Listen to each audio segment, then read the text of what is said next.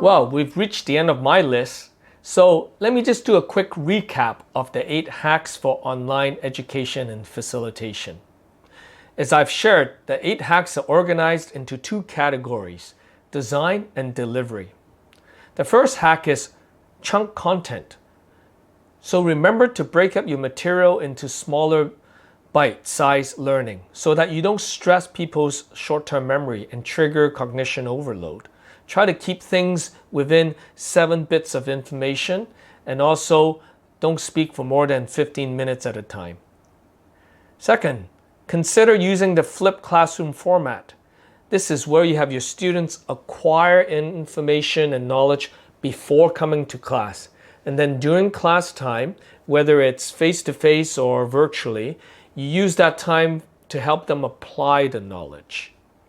Third, be sure to convey emotion, and you can do this by including powerful images in your slides as your visual, and also by writing phrases or including content that not only speaks to the head, but also speak to people's heart.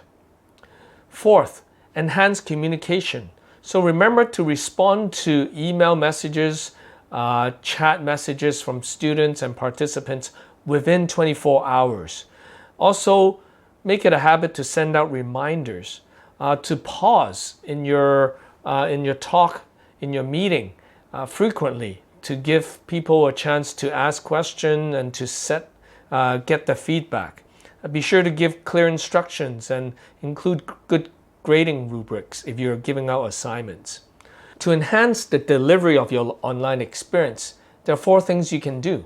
First, start by building a good rapport with your audience. You can do this by dressing appropriately and looking fresh for your audience. Put on makeup if you have to.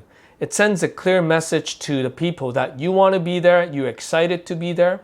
Also, look for ways to include edutainment, where you're not only educating them, but you're also doing it in an entertaining way. Second, be sure to keep people's attention by doing something differently every 3 to 5 minutes. Introduce a new slide, do a new activity, ask the question, get them to respond using reaction button. These are some of the ways you can keep people's attention. Also, be sure to check for retention. Remember, if they haven't retained information, they haven't really learned. And if they haven't learned, you haven't really taught.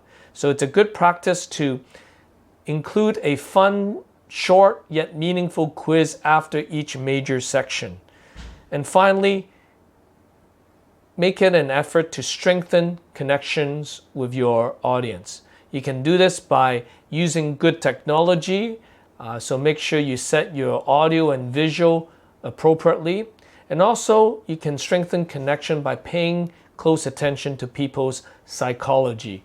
And you can do this by reaching out to them on the personal level. You can have virtual luncheons with them. And these are just some of the ways to show you want to make the connection with the people. So there you have it. These are the 8 hacks for online education and facilitation.